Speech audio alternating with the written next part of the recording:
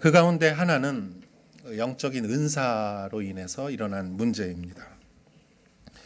교회가 활발하게 성장하고 부흥하고 그럼에 따라 성령의 강한 임재가 있었고, 그로 인해서 어떤 사람은 방언을 하고 어떤 사람은 예언하고 어떤 사람은 그 신유의 병을 고치는 은사가 나타나고 어떤 사람은 가르치는 은사가 나타나고, 교회가 아주 활발하게 이렇게 성장하고 부흥하는 사이에, 그러나 그 가운데에 영적인 은사가 나타난 반면에 죄가 많은 곳에 또 은혜도 많다고 사단이 가장 노리는 것은 은혜가 있는 곳에 그것에 분열을 심는 것이 사단이 하는 일이죠. 그래서 성령의 역사가 나타나는 곳에 사단의 역사도 심하게 나타납니다. 사단의 특기는 이간질하는 거예요. 사람과 사람을 이간질시키는 것이죠. 그래서 다투게 하고 분열하게 하고 질투하게 하고, 영적인 은사가 일어나서 교회가 막 부흥하고 활발하게 활동이 일어나는데 사람들은 다른 사람의 은사를 보면서 부러워하기도 하고 질투하기도 하고, 그러면서 질투하는 마음에 괜히 모르게 시기심으로 이렇게 좀 비난할 수도 있고, 이런 걸로 인해서 교회가 또 끊임없이 분란이 있었습니다. 사람은 경쟁심이 있는 것이죠. 그래서 인간은 선한 일을 하면서도 경쟁을 합니다. 선교단체도 경쟁을 하고 자원봉사단체도 경쟁을 하는 것은 인간의 심성의 안에는 그렇게 서로 비교하고 그렇게 경쟁하는 그 본성이 있기 때문이죠. 이러한 교회에 대해서 바울은 여러 은사도 중요하지만 가장 소중한 은사를 구하십시오. 그 은사는 바로 사랑입니다 하면서 그 유명한 사랑이 고린도 13장에 그 사랑에 대한 은사에 대한 언급이 이제 시작되는 것이죠. 그 유명했던 다이아나 그 왕세자비였던 사람이 사고로 죽고 나서 그때 영국에서 그 장례식이 있었을 때 그 영국 수상이 이 고린도전서 이 13장을 낭송을 했죠. 바로 그 성경 말씀입니다. 1절부터 3절까지의 말씀을 다시 한번 읽어보겠습니다. 내가 만일 사람의 언어와 천사들의 말을 한다 할지라도 내게 사랑이 없으면 울리는 징이나 소리나는 꽹과리와 같을 뿐입니다. 내가 만일 예언하는 은사를 가지고 있고 모든 비밀과 모든 지식을 알고 또 산을 옮길 만한 믿음을 가지고 있다 할지라도 내게 사랑이 없으면 나는 아무것도 아닙니다. 내가 만일 내가 가진 모든 것으로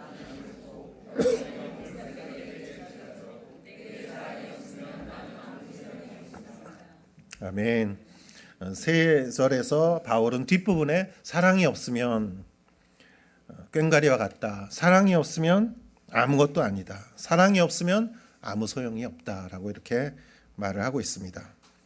어떤 목사님은 이렇게 말하시더라고요. 1에다 0을 곱해도 0이고 100에다 0을 곱해도 0이고 1억에다가 0을 곱해도 0입니다. 사랑이 없으면 아무것도 아닙니다. 저는 여기서 말하는 것은 사랑의 동기를 말한다고 생각해요. 동기라는 말은 여러분 무슨 일을 하는 보이지 않는 이유를 동기라고 하죠. 어떤 동기라고 했나?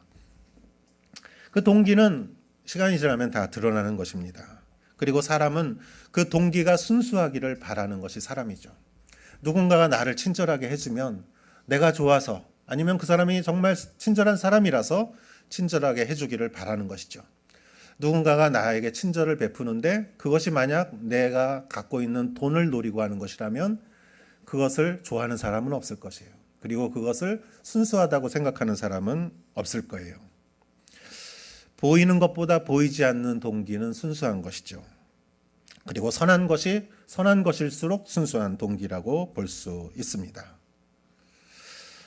그러나 여기서 사랑의 동기 없이 선한 말을 하거나 어떤 천사의 말을 한다 할지라도 사랑의 동기가 아니라면 아무리 듣기 좋은 말, 재치 있는 말, 재미있는 말, 아름다운 말, 감동적인 말을 한다 할지라도 그 안에 사랑이 없다면 그것은 울리는 징이나 소리나는 꽹과리 같을 뿐이다. 단지 시끄러울 뿐이다 라는 말이에요.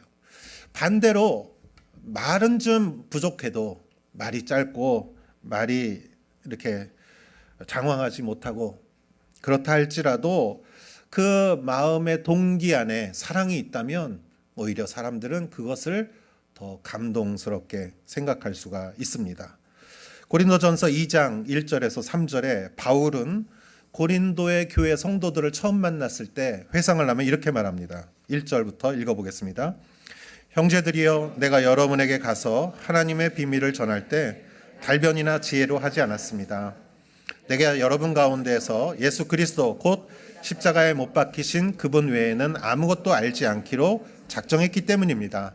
내가 여러분에게 갔을 때 나는 연약하고 두렵고 떨리는 가운데 있었습니다. 아멘. 바울이 고린도에 처음 가서 복음을 전할 때 바울은 연약하고 두렵고 떨리고 그는 말을 잘 못했어요. 그는 달변이나 지혜로 사람들을 설득하지 못했어요. 그러나 바울 마음 가운데에는 나를 위하여 십자가를 지신 그리스도의 사랑으로 내가 구원받았기 때문에 고린도에 있는 그 모든 이방인들도 어떻게든 구원을 받았으면 하는 그 예수님의 그 똑같은 심장으로, 그 마음으로 그는 말을 전했을 때 사람들에겐 그 감동이 전달된 것이죠. 그래서 고린도 교회가 세워졌던 것입니다. 하나님 나라는 말에 있는 것이 아니라 능력에 있는 것이라고 말했습니다. 내가 좋은 말을 한다 할지라도 사랑이 없으면 그 안에 능력이 나타나지 않습니다. 저는 설교하는 사람이지만 설교도 마찬가지예요. 내 마음에 상처가 있으면 설교가 나오면서도 상처가 나오게 돼 있어요. 우리가 1대1을 할 때도 마찬가지고 큐티 나눔을 할 때도, 순에서 나눔을 할 때도 마찬가지입니다. 사랑이 동기가 될 때 그 말에 은혜가 있는 것이죠. 두 번째 2절에는 이렇게 말합니다. 내가 예언하는 은사를 가지고 모든 비밀과 지식을 알고 산을 옮길 만한 믿음을 가지고 있다 할지라도 사랑이 없으면 아무것도 아닙니다. 예언을 하고 지식을 알고 믿음으로 산을 옮긴다 할지라도 사랑이 없다면 아무것도 아닙니다. 제가 오래전에 일본에서 유학을 하다가 이제 한국에 들어가서 신학교를 이제 들어가려고 한국에 갔어요.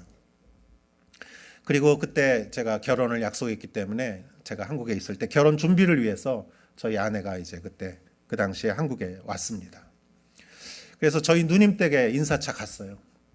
저희 누님 댁에는 우리 조카들이, 여자애들이 2명 있었어요. 유치원생하고 유치원 들어가기 전에 조카 2이 있었는데 우리 누님이랑 매형이 저에 대해서 얘기를 많이 한 거예요.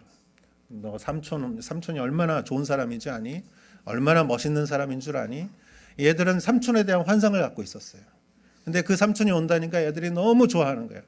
제가 왔을 때 애들이 막 기뻐서 뛰놀고 그렇게 저를 맞이해 준 아이들이 이제 거기서 밥 먹고 이러다가 저희 처가 아내가 그때 애들한테 선물을 하나씩 갖고 와서 줬더니 선물이 하나가 마음에 드는데 그걸 서로 갖겠다고 둘이 싸웠어요. 저는 저희 아내 될 사람 앞에서 애들이 그렇게 싸우는 거 보니까 예절이 없다고 생각해서 제가 혼을 냈어요. 좀 아주 그냥 화를 냈어요. 혼을 냈더니 저희 조카가, 그 어린애가 하는 말이 이렇게 말해요. 아이, 삼촌도 별거 아니네. 아주 삼촌을 그냥 왕자로 이렇게 생각하고 아주 그렇게 꿈을 꿨는데 와장창 깨어진 거예요. 왜? 사랑이 없으니까. 사랑이 느껴지지 않았으니까. 아이들을 어떻게 훈육하느냐라는 문제를 제쳐놓고, 여러분, 내가 사랑이 느껴지지 않으면은 얼마나 그 사람이 큰 일을 했는지, 지혜가 있는지, 그거는 아무것도 관련이 없는 것이죠. 그 사람이 나를 좋아하느냐, 사랑하느냐, 하지 않느냐가 굉장히 중요한 기준이라는 것이죠. 3절에서는 희생에 대해서 말합니다.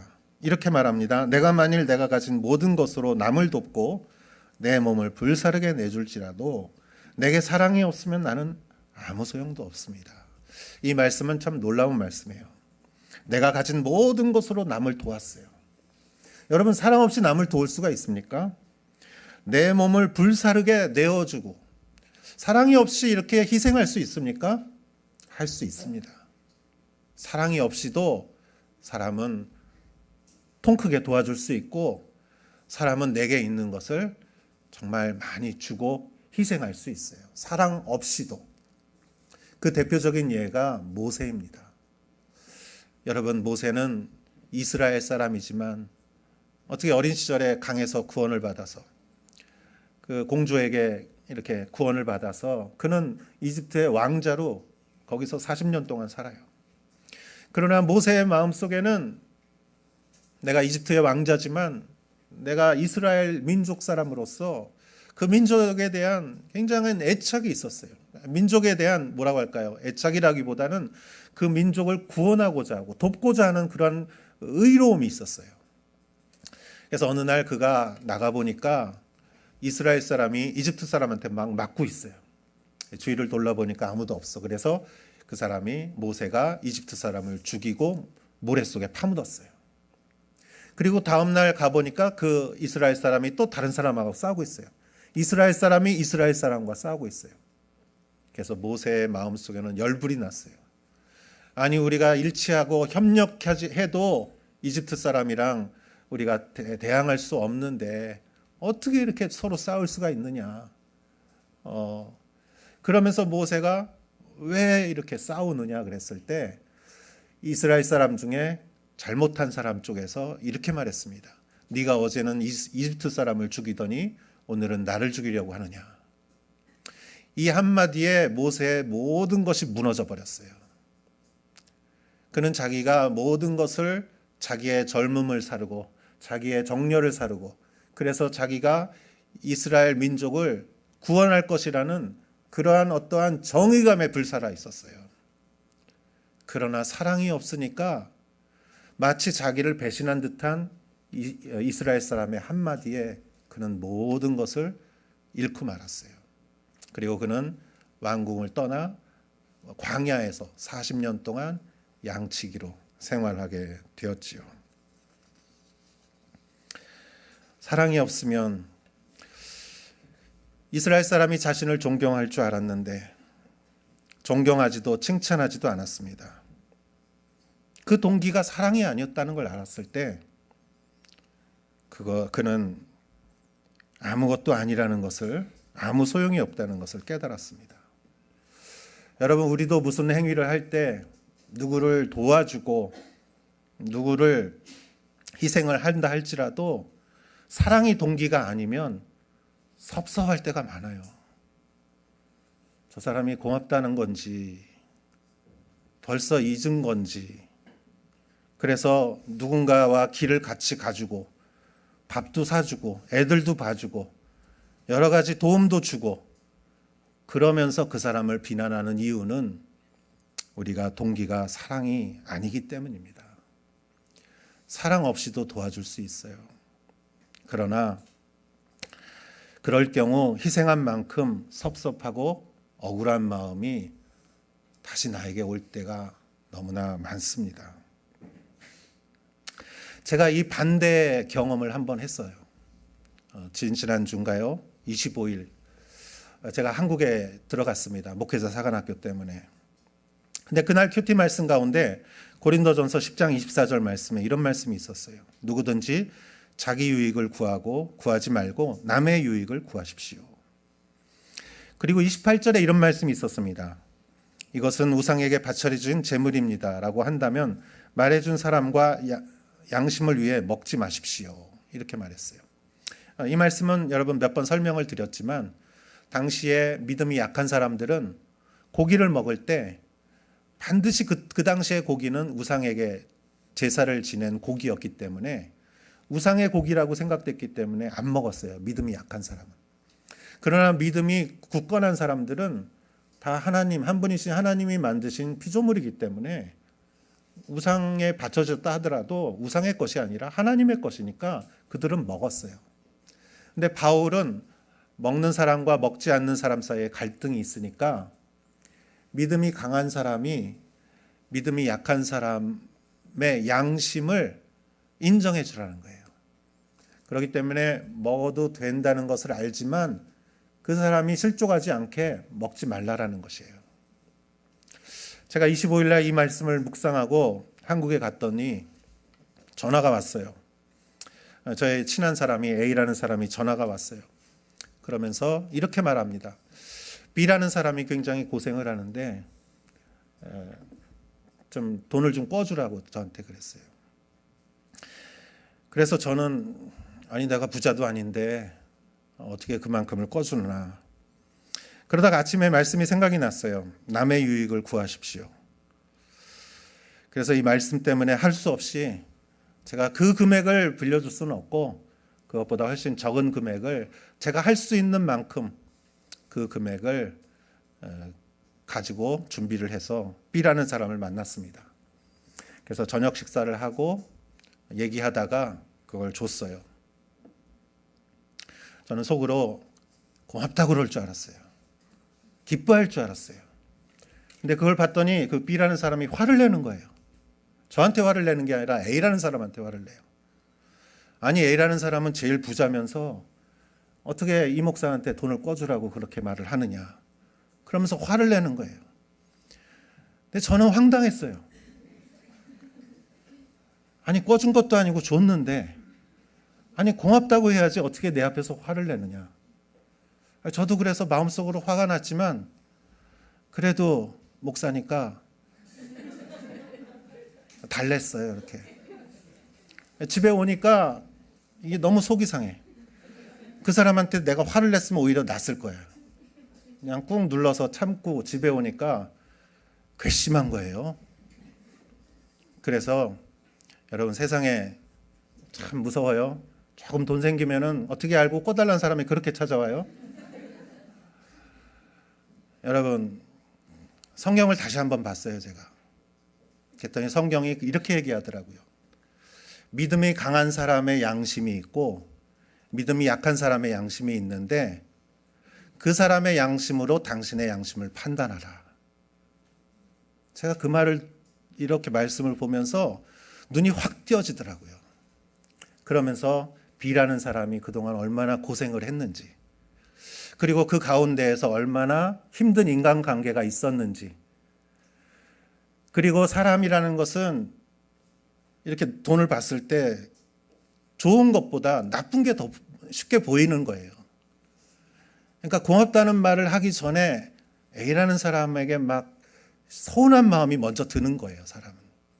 그러니까 그게 이해가 되더라고요. 그 사람의 양심으로 너의 양심을 판단하라. 정말 신기하게 그 말씀을 보고 나니까 정말 하나도 아깝지가 않았어요. 억울하지도 않았어요. 그리고 오히려 하나님 내가 이 사람을 도울 수 있는 이런 작은 재정적인 능력이라도 주신 것을 하나님께 감사합니다 하고 감사의 기도를 드리고 그날 잘 수가 있었습니다. 저는 여기서 깨달았어요. 왜 그랬을까? 한 가지 생각나는 것은 말씀이 사랑이라는 말이 생각이 나더라고요. 그렇습니다. 하나님의 말씀은 사랑이에요. 하나님은 사랑이시고 그 말씀에는 하나님의 사랑이 그대로 담겨 있습니다. 여러분 우리가 큐티하면서 그 말씀을 적용하면 그게 사랑의 적용이에요. 우리가 큐티하면서 적용했을 때 악한 적용을 할 수가 없어요. 왜냐하면 말씀은 사랑이기 때문에. 사랑이 동기가 되니까 억울하지도 않고 화가 나지도 않은 것이죠. 그러나 여러분 사랑이 동기가 아니면 우리가 내 몸을 불사를지라도 그리고 나서 후회하는 거예요. 그 사람 한마디에 고맙다고 하지 않는 말 태도에 아니면 고맙다고는 했는데 고맙다고 더 몇 번 해야 될 것 같은데 그냥 한 번밖에 안 한 게 섭섭해지는 것이에요. 사랑이 없으면 아무것도 아닙니다. 여러분 고린도 여기 교회에 일어나는 모든 문제는 사랑이 있으면 다 해결되는 거예요. 그러나 사랑이 없으면은 어떤 문제도 어떤 것도 거기서 문제가 발생하는 것이지요. 여러분, 사랑하는 여러분, 우리 이 말씀을 항상 큐티하면서 그 말씀 가운데 하나님이 지시해 주는 것이, 하나님이 알려주시는 것이 옳다고 생각하면은 항상 적용하시고 어떤 일이든지 사랑의 동기로 실행하시는 여러분 되시기를 축원합니다. 아멘. 4절부터 7절까지의 말씀은 사랑을 목적으로 하는 사람이라고 저는 생각해요.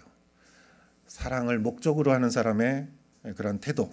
같이 한번 읽어보겠습니다. 시작. 사랑은 오래 참고 친절하며 사랑은 시기하지 않으며 자랑하지 않으며 교만하지 않으며 무례하지 않으며 자기 유익을 구하지 않으며 성내지 않으며 원한을 품지 않으며 불의를 기뻐하지 않으며 진리와 함께 기뻐하고 모든 것을 덮어주고 모든 것을 믿으며 모든 것을 바라고 모든 것을 견딥니다. 아멘. 이 말씀은 참 좋은 말씀인데 우리 크리스찬들한테는 사실 이 말씀은 굉장히 압력으로 다가와요. 압박하는 것 같아요. 내가 이렇게 살아야 되는데 오래 참고 친절하고 시기하지 않고 자랑하지 않고 교만하지 않아야 되는데 왜 이렇게 참지 못하고 왜 이렇게 화를 잘 내고 왜 이렇게 시기심이 많고 왜 이렇게 자랑하고 싶고 나도 모르게 왜 이렇게 교만해지는지.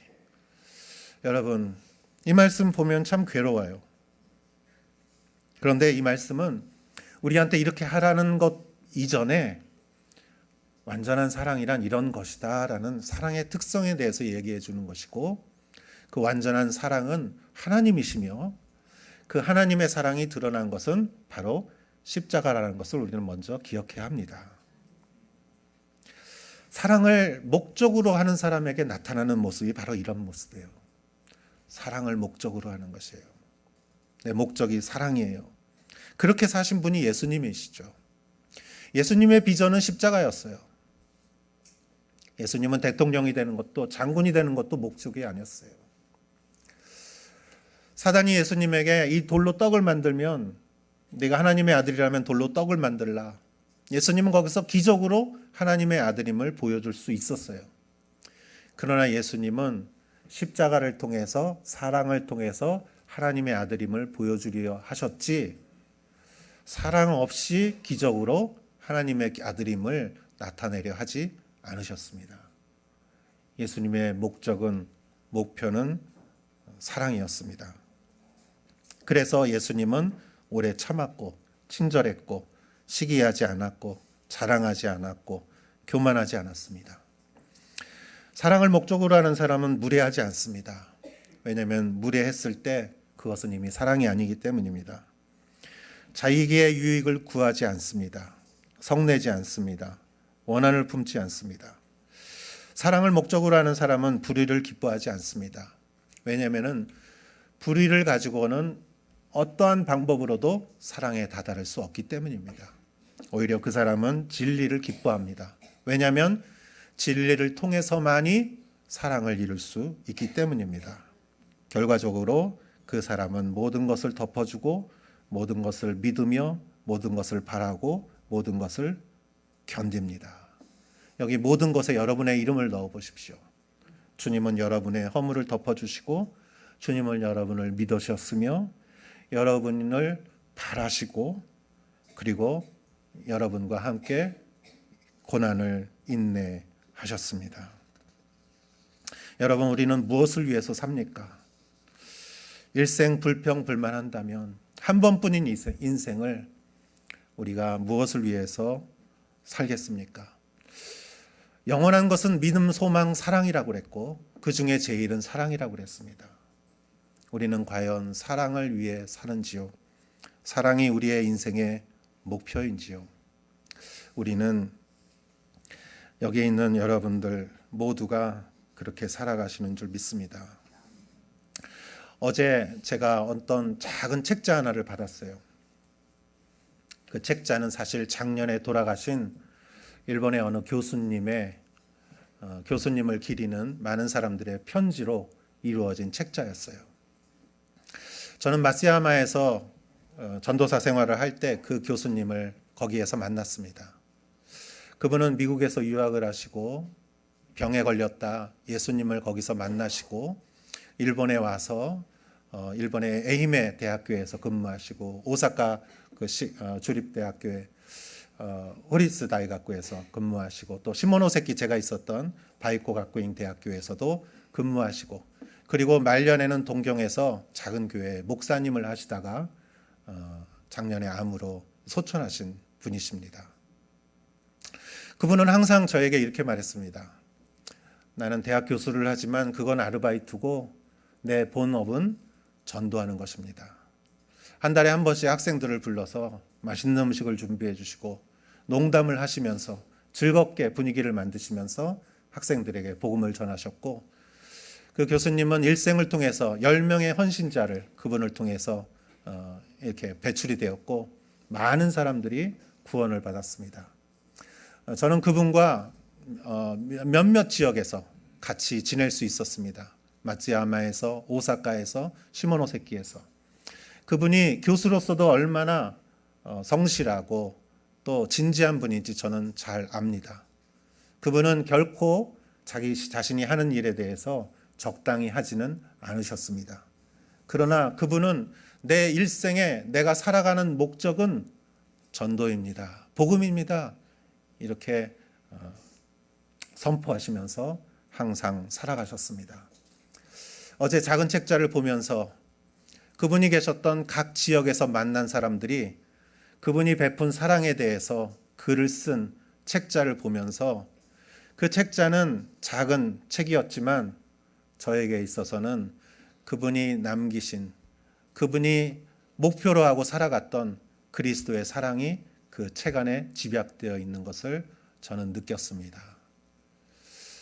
하늘의 생명책은 아니지만 사랑을 위해 살아간 그 생애를 생각하며 또 한 분 생각나는 것은 여러분 잘 아시는 이어령 박사님, 문화부 장관을 지내시고 동경 러브소나타에서 11년 전에 세례를 받으신 이어령 박사님의 인터뷰를 얼마 전에 본 적이 있어요. 사실 그분의 따님이 목사님이었고 아버지를 전도하기 위해서 오랫동안 기도했어요. 그 따님은 아버지보다 먼저 돌아가셨어요. 암으로 인해서 먼저 돌아가셨고 얼마 전에 이어령 박사님이 인터뷰하면서 이렇게 말씀하셨습니다. 저는 지금 딸과 같은 암을 갖고 있습니다. 그러나 나는 두렵지 않습니다. 내 딸이 그랬듯이 나는 영원한 생명을 위해 달려갈 것입니다. 나는 두렵지 않습니다. 오히려 내게 다가오는 죽음의 발자국 소리를 듣고 싶습니다. 어떻게 다가오는지 그걸 듣고 싶습니다. 그렇지만 나는 우리 딸이 암이 오히려 우리 딸을 두려워했듯이 나도 두려워하지 않겠습니다. 영원한 생명을 달려갈 때, 영원한 생명을 향해 달려갈 때 우리의 죽음조차도 하나의 에피소드라고 생각합니다. 그 말씀을 듣고 참 제가 감동을 받았어요. 아, 그렇구나. 우리는 영원한 생명을 향해 영원히 남는 것은 사랑이라고 했는데 사랑을 목적으로 그것을 향해 달려가는 사람에게는 죽음조차도 하나의 이야기다. 세상 사람들은 죽음은 모든 것이 끝이라고 생각해요. 그러나 영원한 생명을 갖고 그 사랑을 향해 달려가는 사람에게 있어서는 그것도 나의 하나의 인생 이야기지요. 아마 이렇게 얘기할 거예요. 내가 이렇게 죽었지. 그때 사람들이 많이 왔지. 그때 참 행복했어. 아마 이렇게 천국에서 이야기하지 않을까요? 사랑하는 여러분, 사랑을 동기로 우리 살아갑시다. 사랑을 목표로 살아가는 저와 여러분 되시기를 주님의 이름으로 축원합니다. 기도하겠습니다. 하나님, 우리는 모두 부족합니다. 참 사랑이 없습니다. 그럼에도 불구하고 주님은 우리를 사랑해 주셨고 내가 부족하고 실수하고 실패함에도 불구하고 다시 한번 사랑으로 일어섭니다. 사랑으로 말하고 사랑으로 행동하고 사랑으로 일합니다. 다시 한번 사랑을 바라봅니다. 주님의 완전한 사랑을 향하여, 주님의 하늘나라의 영원한 사랑을 향하여, 주님, 내가 그것을 목적으로 살아갑니다. 그럴 때 내 현재의 모든 삶이 해석될 줄 믿습니다.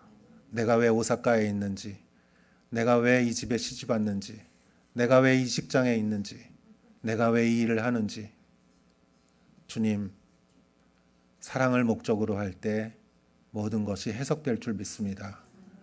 여기에 모이신 주님의 사랑하는 성도님 한 분 한 분 위에 그리스도의 충만한 사랑이 임할 줄 믿습니다. 예수님의 이름으로 기도하였사옵나이다.